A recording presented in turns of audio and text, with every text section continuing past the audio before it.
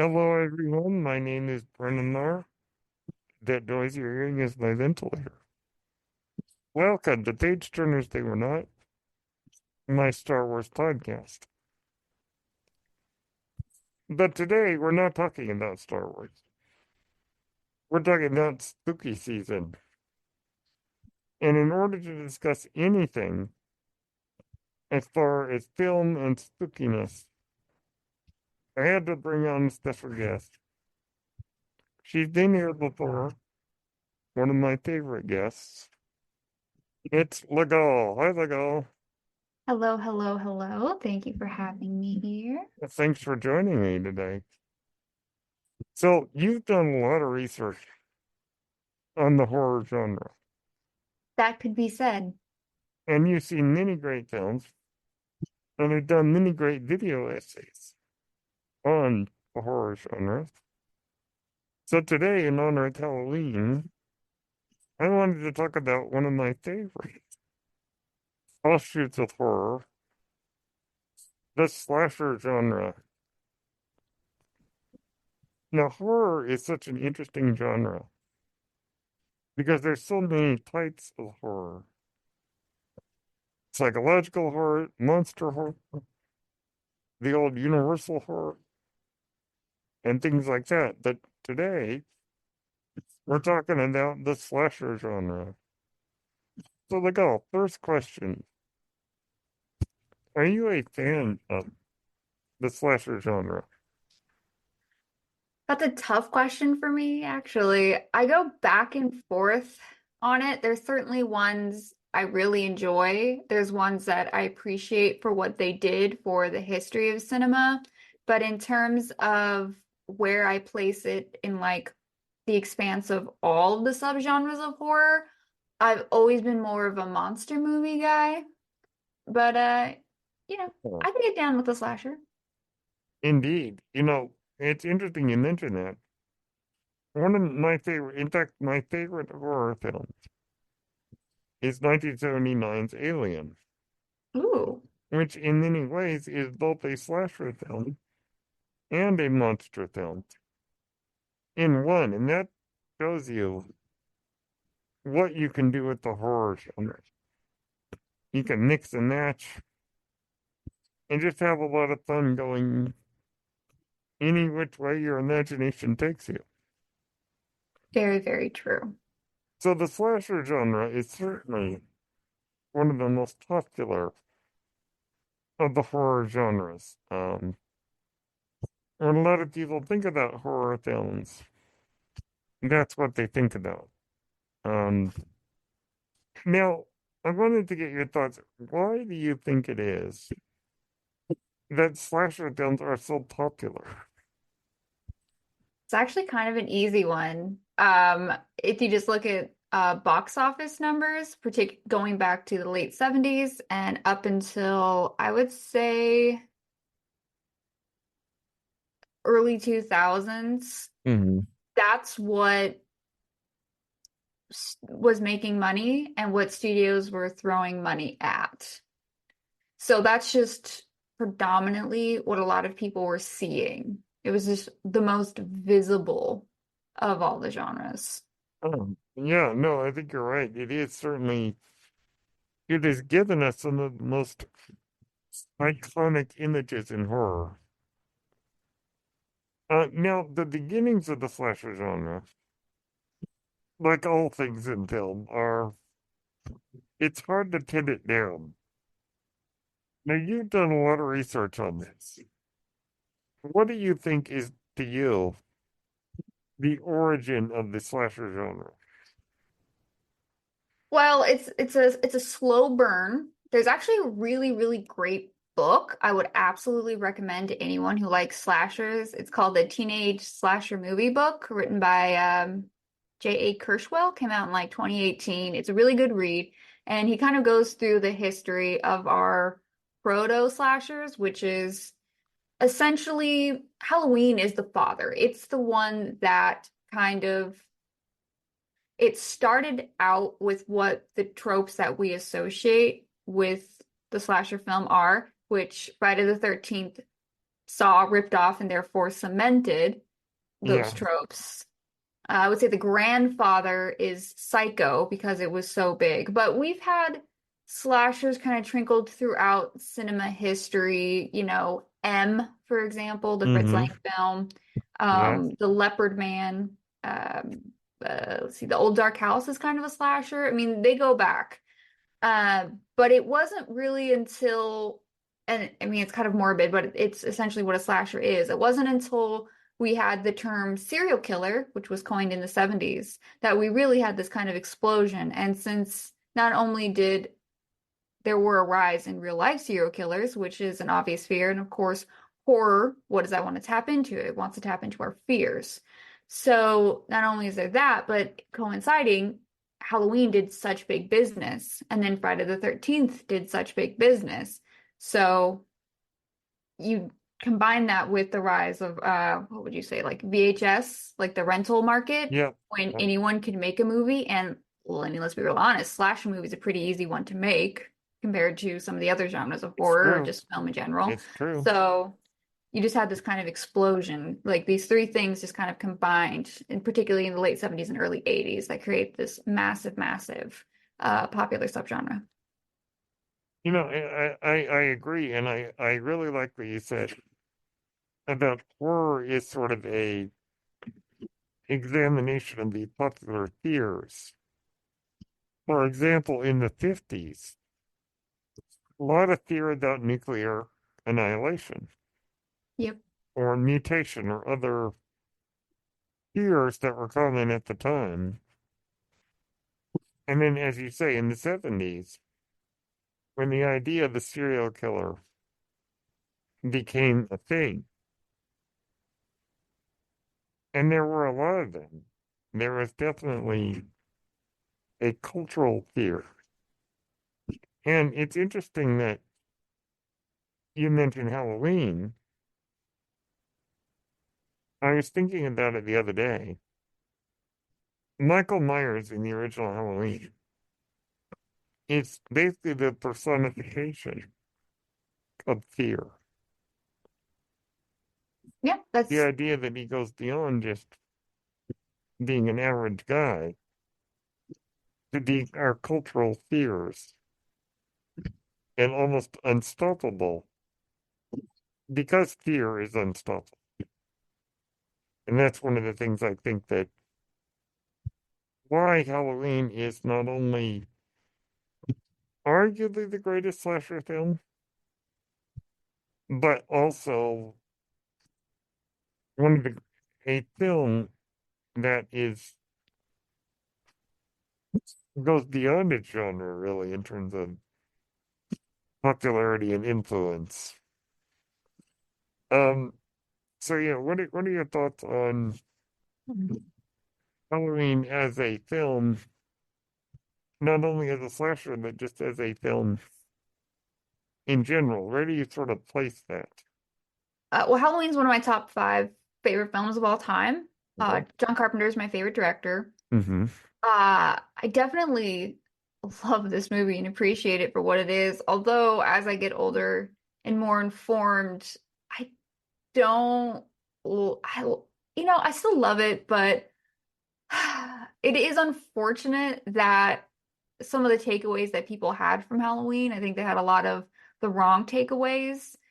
This is one of the rare cases where I would say they really didn't know any better back then. There wasn't a lot of information regarding or kindness really towards mental health. And it does end up stigmatizing that in a very bad way. True. And but I mean, it gave us Jamie Lee Curtis, Yes. who I love. The film is, honestly, I went to see it in theaters. I was a little disappointed. Oh, It's interesting. watching it at home, 11 out of 10. Watching it in theaters, if I'd seen this in theaters originally, I probably would have only given it a 6. It's Dean Cundy, get a steady cam, guy. Like get a tripod. I was Yeah, getting motion sick almost. it's true. Yeah, no, I think you're right. It definitely maybe blown up on the big screen, it doesn't hold up. But on the small screen, it certainly does. Definitely. I That think that score. there are few there are few images in cinema more iconic than that white William Shatner mask that the shape, as he's called in the movie, is wearing. There are few images more iconic than that. Everyone knows that image. It's so interesting how something so simple can become so enduring as a visual image, and also it's the symbol of the movie is that mask. Very Mhm. true. I think it has to do with, Michael, he doesn't speak. Hmm. He's just out to kill people. And it's this idea that you can't get any idea of what he's thinking. Yeah, He's emotionless. You can't, bargain, you can't reason. He's just evil. He's the manifestation of evil, I think, yeah. as you're putting it before. No, it's a good point, and I think that the mask really helps with that because you can't see his face, so you don't know what's going on in there, and that makes it almost scarier. Yeah, maybe he was winded all those times he was running away. Yeah, Who knows? yeah, but it creates this image of like we as the audience are at a distance from Michael Myers. And one of the things I find interesting about the slasher film genre, in a lot of slashers, we enjoy watching the killer kill people. It's part of our morbid fascination. In the case of Halloween, or the original one, you're rooting for Laurie. You're on her team, and you're not rooting for this guy. Do you think that that's a true statement that maybe some slashers we identify with the killer more than with the victims? What are your thoughts on that? Definitely dependent, especially that would be the case, I think, as there's sequels, because generally Yes. sequels in the slasher genre don't focus as much on the final girl or the survivor. Hmm. Usually we're more often following the killer from sequel to sequel rather than the survivors. That's not always the case, but for a lot of the franchises. And I also think it depends on, the backstory. I never empathize with Freddy Krueger. Like, I'm ready to watch him be killed, please. Yes. Yes. But Jason, I feel bad for Jason. Yeah. He's kind of fun. Um, I think as the story progresses, you're kind of more and more like, I don't know, I like the survivor, but I like Jason too. And then sometimes those teenagers are just awful. I'm like, I don't know, Jason, you can just kill Yeah. this one Just get already. rid Let's of the. hurry it Yeah. up. I watched like 8 of those films. Just get rid of the annoying teenagers. Yes. That's So how I I, felt the whole movie. I came up with like a quadrant. I'm trying to remember like what my foundation was for a successful slasher. You need to have characters you're okay with killing off Yeah. and a villain you can root for if you want a franchise. I think that's kind of why like the remake of A Nightmare on Elm Street failed so miserably Yes, it because did. of the obvious reasons that they made it a lot more crude than the original. Yeah. And no one wants to root for that guy. We don't want to see him in the sequel. We don't want to see him continue. Hmm. Yeah. It's really interesting. We talk about the slasher genre and the triumvirate, if you of the slasher is Michael Myers, Jason Voorhees, and Freddy Krueger. That's kind of the big three. And it's interesting how you mentioned that, particularly in the sequels, we're more interested in the villain in the sequels than we are in the heroes. It's interesting to me that it really, in the case of Friday the 13th, it wasn't until the third film that we really get that iconic hockey mask, Jason, the original film, and hopefully everyone listening has seen the original film. But there's a twist that it turns out that, it started out a lot different than the other films in that franchise. But in the case of Halloween and Nightmare on Elm Street, it stayed the same throughout in terms of who the villain was. And it's interesting how all three characters are very iconic in their own way. I think Michael Myers and Jason Voorhees are similar in the sense that they don't really speak and they're just kind of these unstoppable forces. But in terms of their backstory, there is a bit of a difference.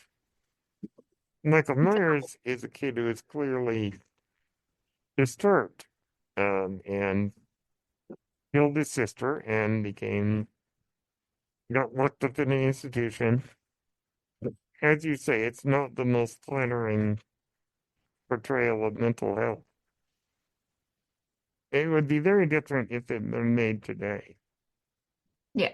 But at the time, that's sort of his feeling. And in Jason's case, turns out he's this deformed kid who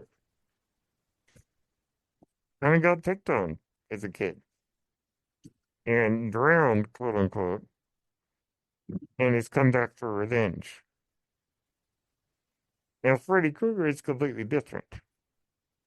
He's a psychotic killer who basically a mob went vigilante on him and burned him alive, and he comes back to life. And he certainly has become one of the most iconic slasher villains, delivering one liner after one liner. So definitely more observable than the other two. Yes. But each of them is different in their own way, enough that they have really stood the test of time. These are characters that have been around for 40 years plus, and everybody has them in their mind. What is it you think about these three characters that is so enduring? I actually don't think it really has a lot to do with them specifically, but as a Star Hmm. Wars fan, I'm sure you know the term toyetic. Uh, these Yes, yes. these characters were heavily merchandised in Mm-hmm. the 80s when that was kind of the thing. And as much as I've observed, it's if you can sell a product with your character on it, people are gonna have nostalgia for it. Mm-hmm. Um, and also, I mean, in terms of Halloween, again, it goes back to Halloween, Friday the 13th. These are movies that people saw a lot. I don't know how many people are aware that Halloween was one of the most successful independent films ever made. Yes. Friday the 13th was the first slasher film and one of the only slasher films that was picked up by a major studio. It was distributed by Paramount. So it was the first That's one to cool. be distributed on a lot of screens. I'm not sure how Yeah. many, but significantly more than Halloween was. And that's why there were so many of them. And then by the 80s, with the success of, the whole slasher boom, Wes Craven was already a name in the horror genre. Yes. And so that movie was just that character also just like really broke out. I And guess then it. they made a lot of clothes and toys and Yeah. stuff. Oh, yeah. They marketed these characters like crazy. And as you say, there is the nostalgia attached to that. Now, one of the things you mentioned that I think goes with kind of the success of these characters is the directors, the creators of these. Yeah.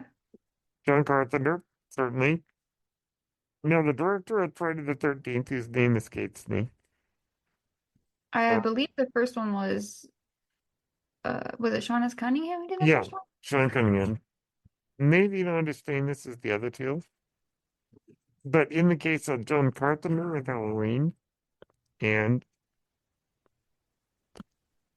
as you mentioned, Wes Craven with Nightmare on Elm Street, looking at two guys that are basically auteurs.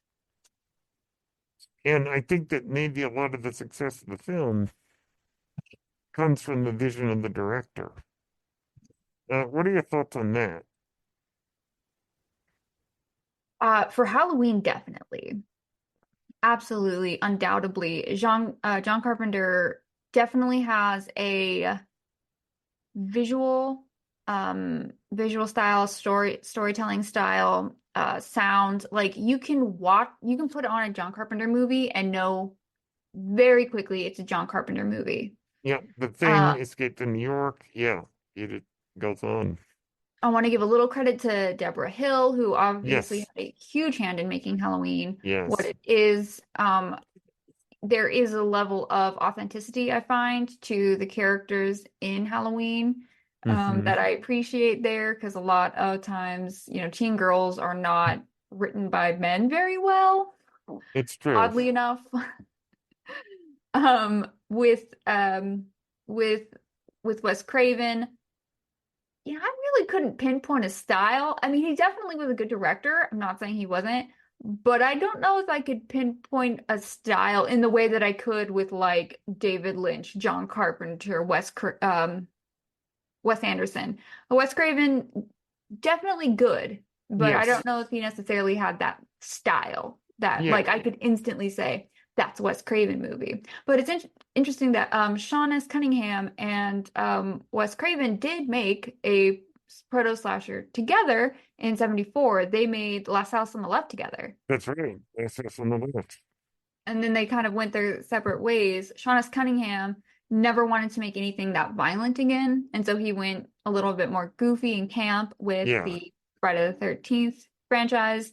And then Wes Craven, I think after that he did The Hills Have Eyes, so I guess he was really cool to do violent. Yeah, Wes Craven was definitely going for the real ultra violence in the 70s. Yes. I'm kind of glad he toned it down later just because I have a hard time with anything too gory. But it's interesting that you mentioned the proto slashers. And you have to talk about those for a minute.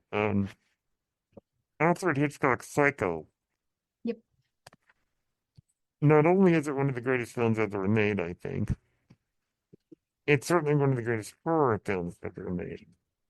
And you did a great video essay on the character of Norman Bates and how he is portrayed in the film, which, as good as the film is, there are certain elements of it that maybe don't hold up as well today. If you could sort of briefly explain what was it about this character that maybe does not hold up as well today?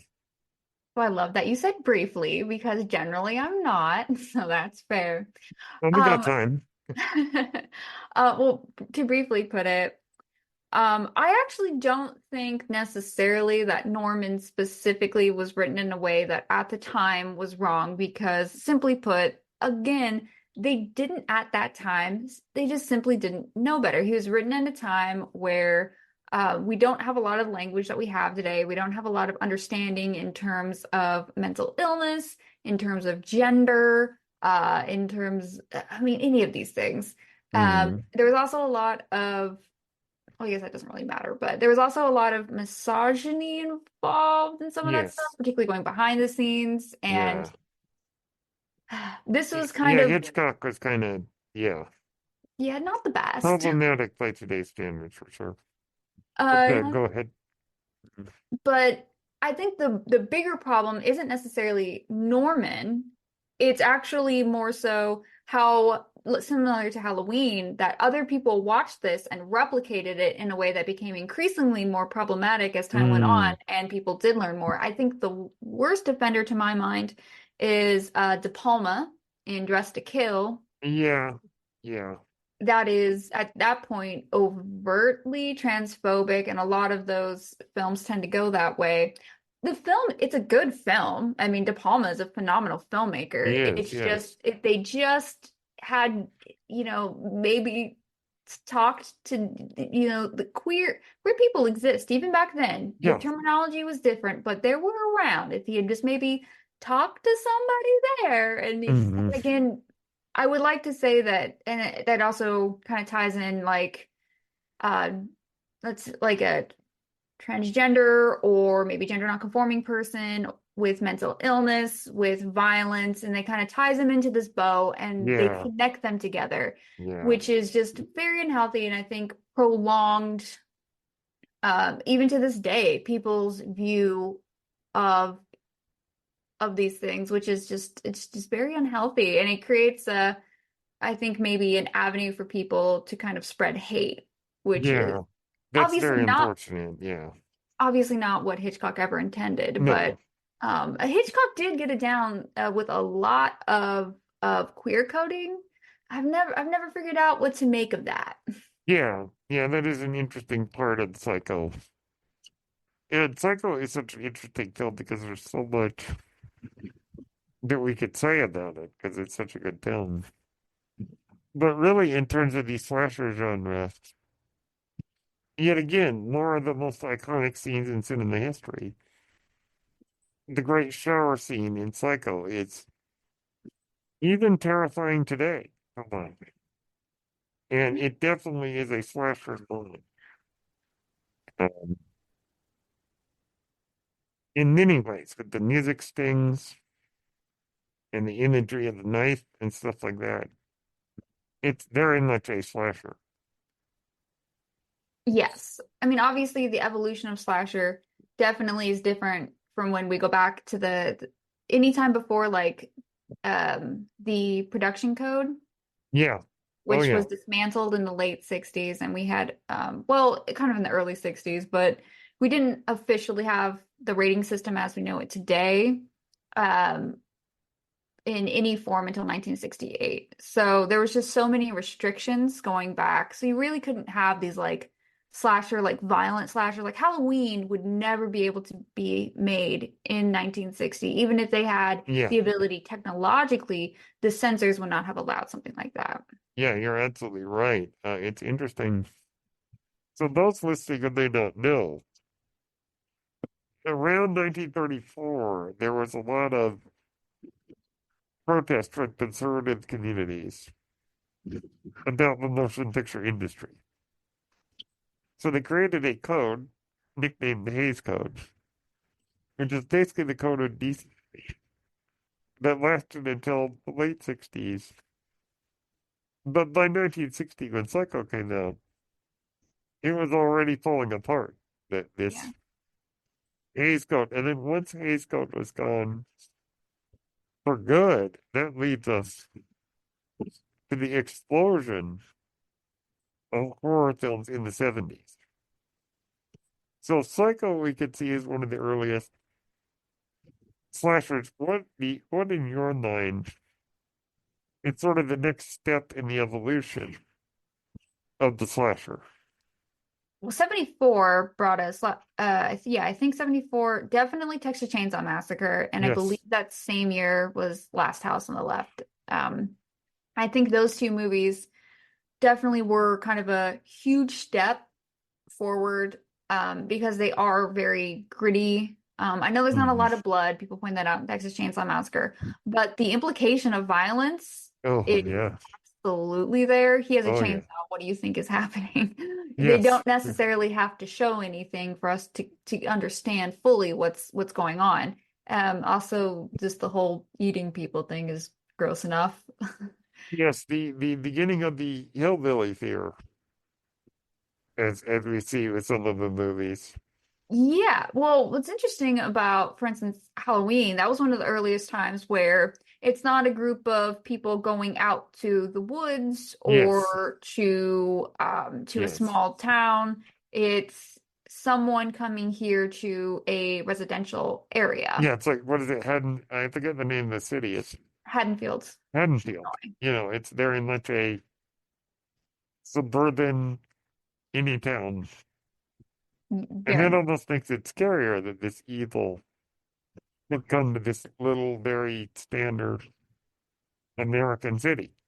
Um, Yeah, the tagline is the night he came home.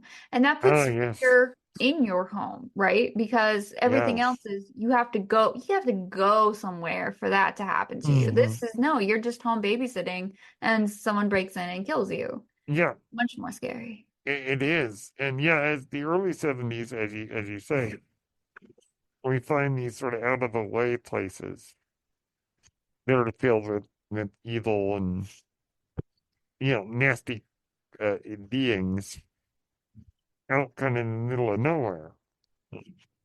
Well, with that, kind of Yeah, going go back ahead. to something I Go was ahead. saying earlier is that generally speaking, horror really tries to ape on people's fears. Hmm.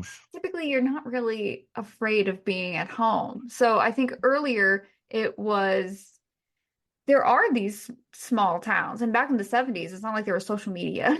Yeah. So we were very, these areas that were isolated. That's a whole other thing in terms of horror. You need to isolate your characters. So it's actually really difficult to keep you in the city because then, well, why wouldn't the police just help you at that point, right? So it always just made more sense to send them out to this place that's unknown to a lot of people who live in the suburbs, that's isolated, that's Hmm. different because we fear different. Sending people out somewhere is absolutely terrifying because you just don't know. But then equally, keeping someone at home and having someone invade your safe space and invert that space into something dangerous, that's absolutely terrifying too. Both these options work completely. It's just generally, it's harder to do it without the aspect of isolation, which is why oftentimes we don't have stuff happening in the suburbs or an apartment building because it's just more difficult to do that. Yeah, that's a good point. It is very much a trope of the slasher film, or horror films in general, is isolation. Um, Definitely.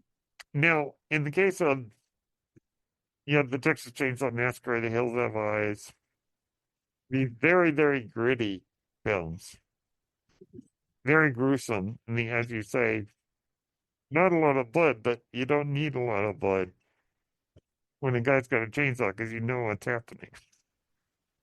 But it becomes really another of the most iconic images is Leatherface with the chainsaw, with that leather mask. It's another one of those frightening images that has become iconic with or representative of the slasher genre. Are there any other films leading up to Halloween that you think played a major part in the evolution of the slasher? I mean, you'd really have to my mind, you'd have to go to Italy to Oh, giallo yes, the films, Giallo. Yeah. because just simply put, the US really wasn't doing that to the degree that Italy was. Hmm. Um, I know a lot of people want to cite Black Christmas, which is a Canadian film by Bob Clark, which came out in 1974. Yes. But to that, it really didn't have a big release and it wasn't aired in the US until a while later. That is a film that was found retroactively. I honestly don't think it had much of an impact. And when you listen Yeah. to directors of that era, like Carpenter, Craven, Joe Dante, they never mentioned that movie because simply they just didn't really see it. That was something that was found later. That is definitely a cult classic. That I wish it had a bigger impact. But yeah, I don't I think a lot of these early slashers didn't come as much from cinema as much as they came from real life inspiration, Ah, particularly good like point. Texas Chainsaw Massacre and Psycho were based very loosely, not so much on And, Ed Gein, but on and then how Ed Dean, Gein yeah. was reported on by the media. Yeah. A little bit of a different thing. It's true. It's true. Now, you mentioned the Giallo films. Mhm. Those are extremely influential. And in terms of their style, it's very, very interesting to create something that is more of a psychological horror with sort of a psychosexual component that sort of is hallmark of those kind of films. And definitely stylistically, those had a huge influence because they have a very distinct look and feel that is unique to them. And certainly we look at Suspiria and other, and particularly the films of Dario Argento, you can definitely see some of the influence on American cinema. But definitely Italian film, particularly in that time, was a big deal.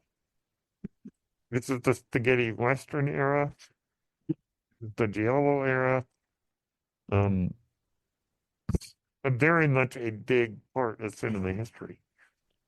Um, Yes. Now, as we talked about Halloween, it is kind of the king of the slasher. It really is. It really defined the slasher. Even to this day, we're still being affected by the film in terms of even modern slashers to a degree. And now we get those big three. Um, Halloween, Friday the 13th, Nightmare on Elm Street. And of course, they all have a bazillion sequels. And of varying quality, shall we say. What are you talking about? They're all tens across the board. Now, I know that it has been said that there was a bit of a slump in the slasher genre in the late 80s, early 90s. Do you agree that there was a slump? And if so, what are some films that came out during that time that you think should not be forgotten in the slasher conversation? Ooh, that's a great question. Yeah, they're definitely by the golden era would be about 1978 to generally considered 82. Yeah, Not to say 83 is bad, but that's just the golden era. By 84, it's just cannibalism. I'm sorry, not like literal, but like they're cannibalizing the subgenre. Like there's yeah, just so many coming out. That's kind of like what nowadays they talk about like superhero fatigue. It's kind of similar. That go yeah, like all different genres go through that when there's a really successful one and then they just start making a bunch of them because they're making money and then eventually it just kind of slows down because audiences just aren't going to watch them as yeah, much, so they aren't making as much money. Although in the 80s it did work a little differently because of the rental, like video yes, rental that's thing, very true. created an entire different market. And also, there were a lot of people making like shot on video films, and they were still profiting very much from that. Um, but so we've always, I would say since 1978, we've always had slashers, but that did slow down very much by about mm, I would say the mid 80s. And then it there was a bit more of a spike once Nightmare on Elm Street came out, and then Hmm. it kind of went back down until, well, until Kevin Williamson hit the scene and gave us all those wonderful films such as Scream and Yes, Halloween was resurrected with, not Halloween Resurrection, but Halloween came back with H2O, and H2O, yeah. what she did last summer, stuff like Yes, that. it's interesting you mentioned that because that's really where the conversation goes next. There was a bit of a slump in the slasher genre. Um, and then, but as you say, the home rental market, which for those of you listening who may be too young, that was a new idea in the 80s. Like before that, there was no such thing. In the 80s, you could go to the for a video rental and rent these movies again and again and again and again, And we did. which we did. Yes, we did. And certainly I remember being in the video store, seeing those iconic, the iconic Halloween poster with the knife and the jack-o'-lantern, or images like that. That was like, in those days, you didn't really have the internet to go and look it up. What is that movie? You just had to go, oh, that looks neat. Let's try that. Now, before we jump to Scream, I think that it's interesting that we have this slump, but they're still popular because of the video market. You know, people are still discovering these films. They're also getting marketed to kids, which, eh, well, that's an age-old problem of merchandise. It's if you start merchandising something that's not appropriate for kids, they're going to go and see these films. Now, I grew up very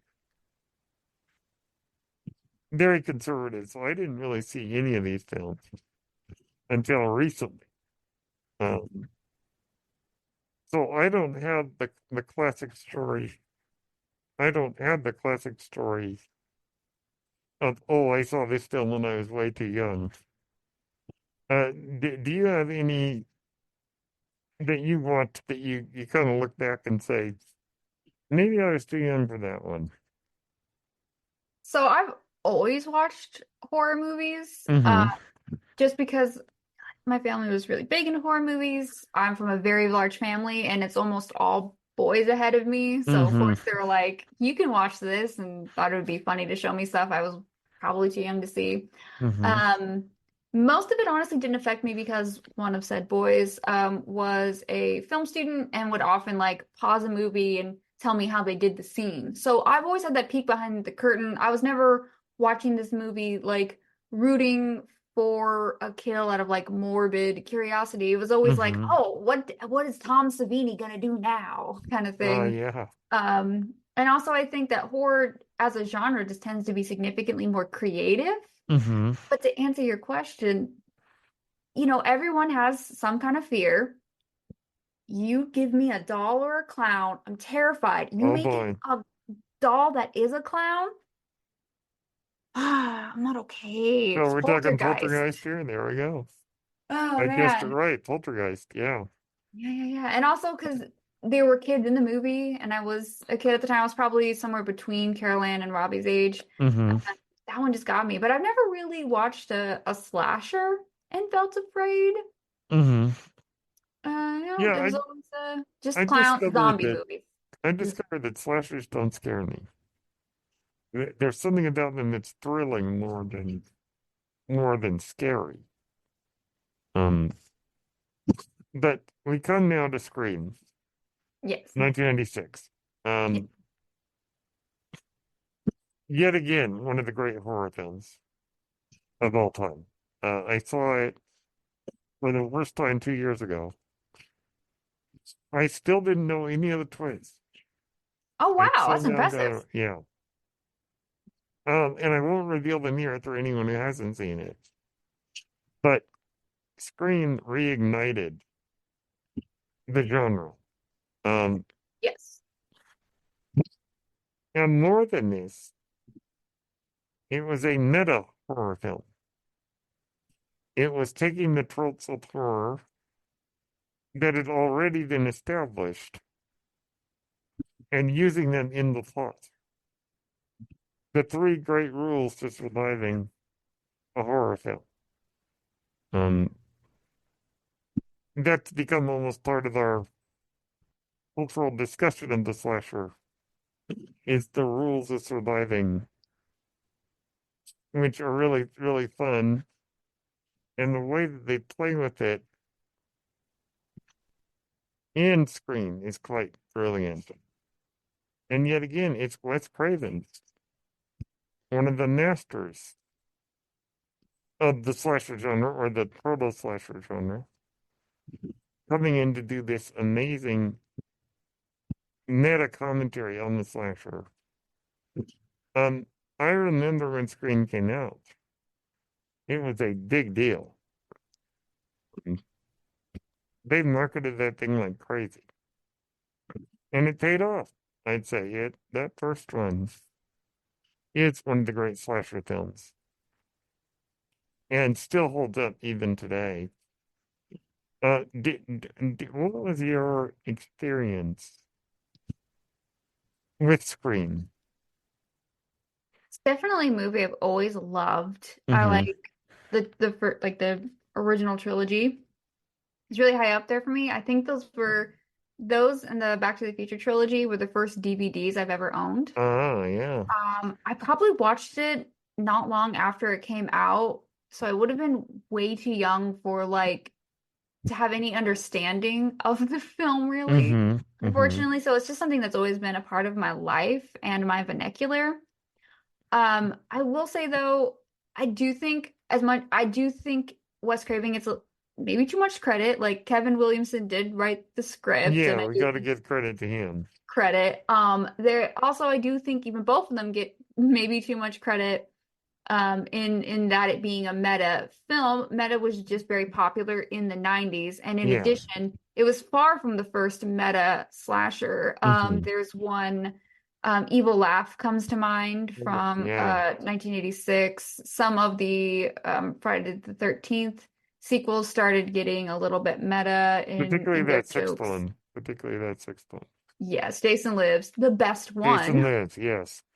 That one is my favorite. It's my favorite movies. Um, that was just kind of common. And then if you look at any genre, generally speaking, it's going to come to a point where there's a genre deconstruction, and then it revital or either kind of ends it or revitalizes it.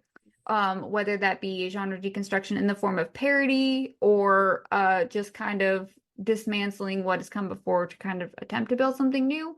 That is what Scream was, albeit a little late maybe, but Kevin Williamson just really revitalized the horror, well, the slasher genre at that point. And then you get I Know What You Did Last Summer. You get Halloween H2O. You get Urban Legend. You get Oh, Cherry yes. Falls. Yes. Freddy versus Jason kind of comes out, and they're all kind of in line with Scream. Mm-hmm. Well, that's very well said. I think that Scream, I mean, meta is something we talk about a lot today. And it's funny to go back. Scream came out 30 years ago. And it's just as meta as anything we have today, which is really interesting. The image of Ghostface, Yes. yet again, another of the most iconic images in film is Ghostface. And particularly the line, "What's your favorite scary movie?" has become an iconic movie line.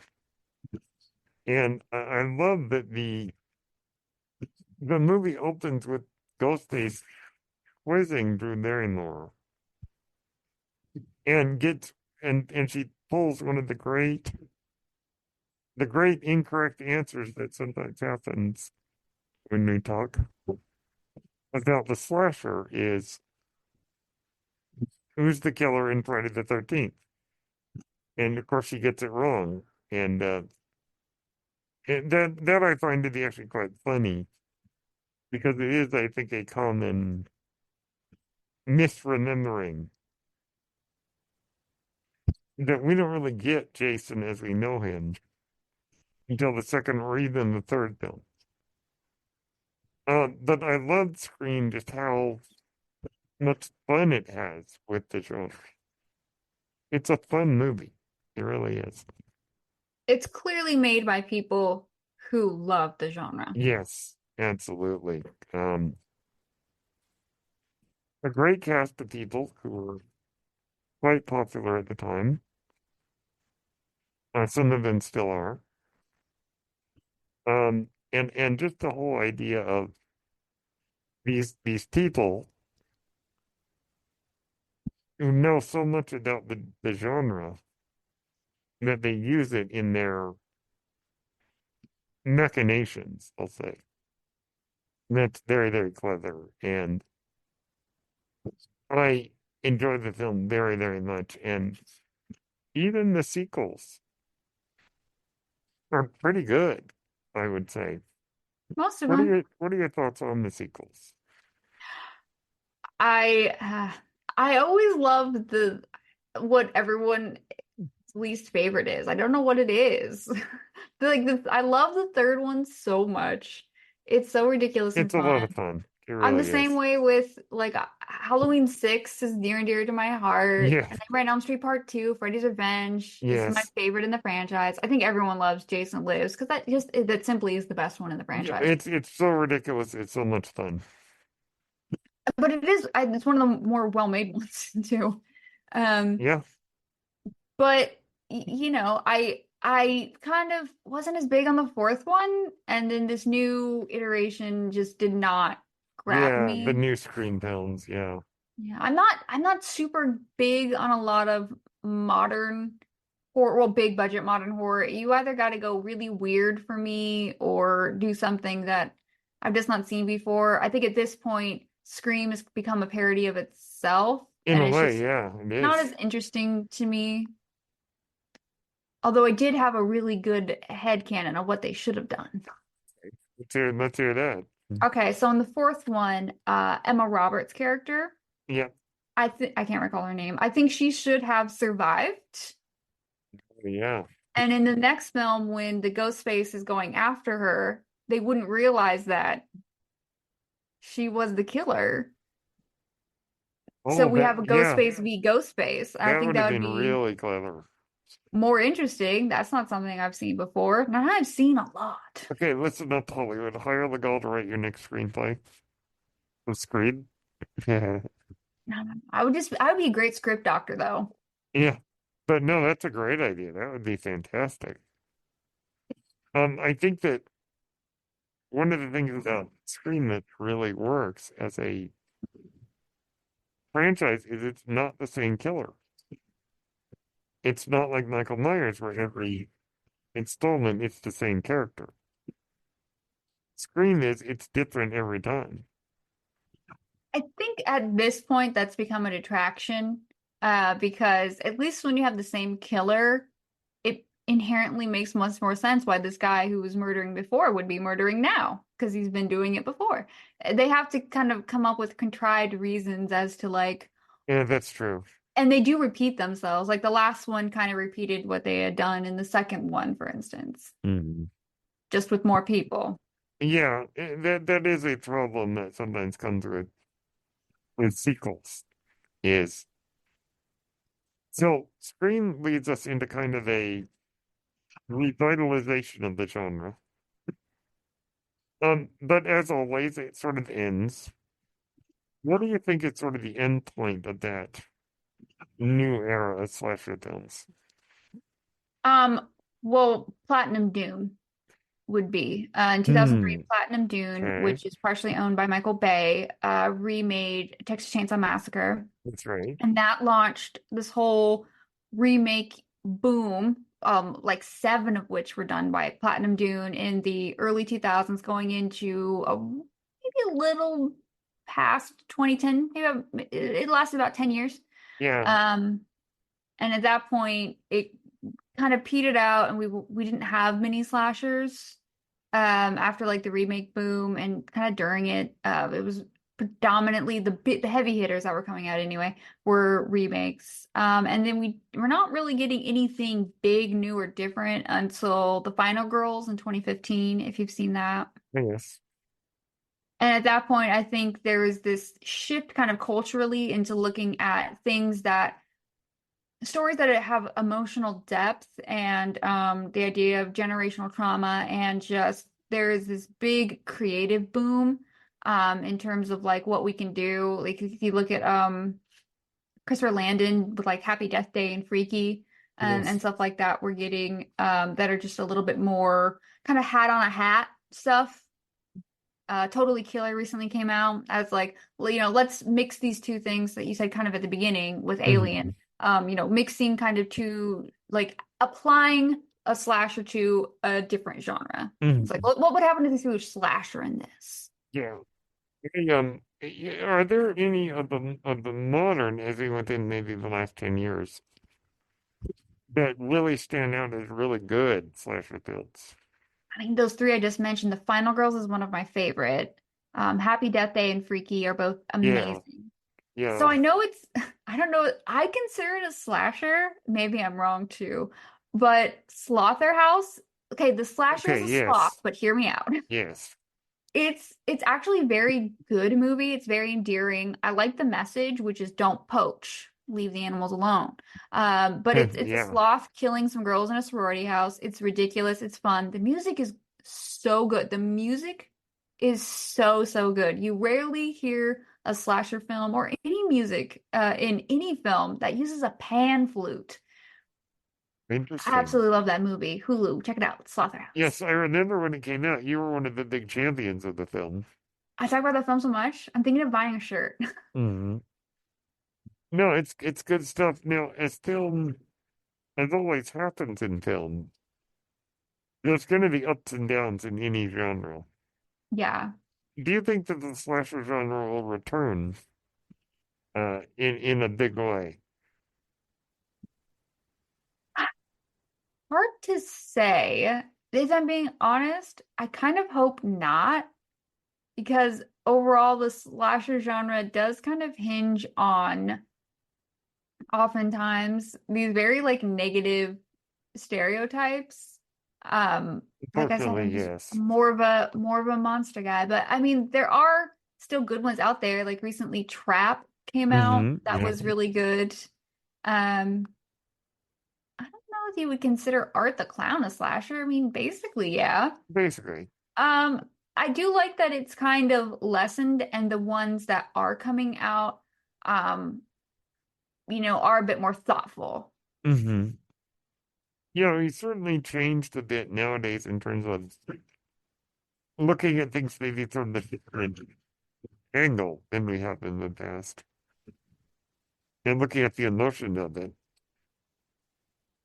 The slasher genre, as you say, if it were to end now, I think we have plenty of great slashers that we almost don't even need more.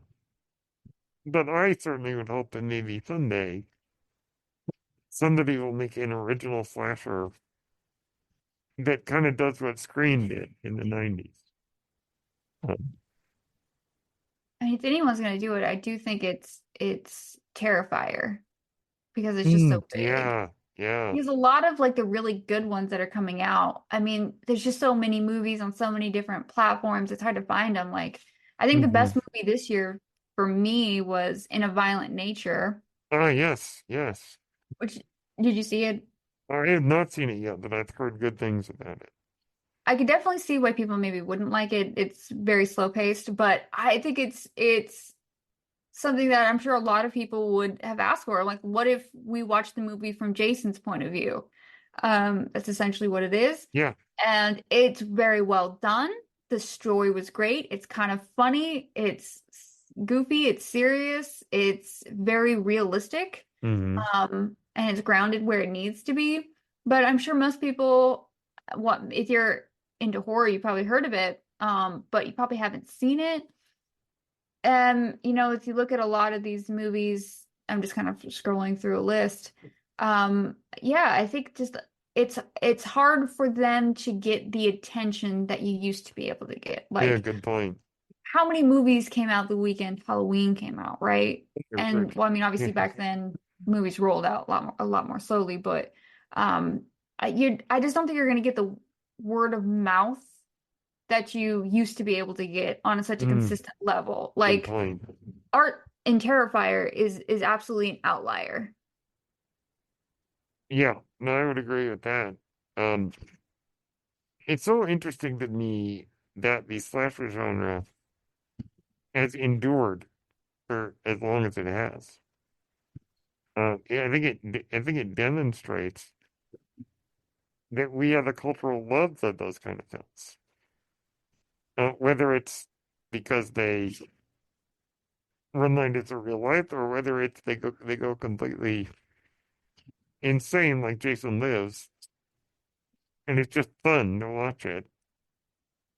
The slasher genre is really one of the most enduring and most interesting genres. Also, in terms of the themes of the slasher, there are so many themes to be had in the slasher genre, and we could spend hours talking about it. And You I know, have. the final girl and many other things. And to those of you listening, if you want more information, go check out Gault's page, because she does great analyses of the horror genre. Um, so as we end, Miguel, thank you so much for joining me today. Thank you for having me. What as we sort of depart, what do you think? What's your favorite of the slashers? I think you mentioned it. I mean, it's got to be Halloween for me. Although Jason Lives is real It close. is. Yeah, I think I would be in agreement with you that Halloween to me is not only a great slasher, but a great film in general. And introduced us to Jamie Lee Curtis, and we wouldn't have it any other way. And introduced that image of Michael Myers that is like a lot of slashers, it is one of the great images in film history. So, Miguel, where can everyone find you? I can be found on YouTube under Lego Rants or The Unhinged Binge. You could also find me on Spotify and Apple Podcast under The Unhinged Binge. As it's already been stated, most of what I talk about is horror, and I usually do video analyses, or sometimes I just talk about individual films. Um, you can also find me on the Rob Fishbeck Network, where he and I do live shows every other Thursday, talking about various different movie things. Not always horror, but I try to get there. Yes, and I would highly recommend both channels to everyone listening. Um, so thank you, Miguel, very much for joining me. It's always fun to get to talk about the horror genre with you, and particularly for Halloween this year, which is always really fun, and I'm looking forward to watching some spooky related films. So everyone, thank you so much for tuning in. Um, my name is Brendan Nar, that noisy hearing my ventilator. Thank you for tuning in. The page turners, they were not my Star Wars podcast. But instead of ending it with "May the Force be with you," I'll end it with my favorite question from a slasher film. And that is, what's your favorite scary movie?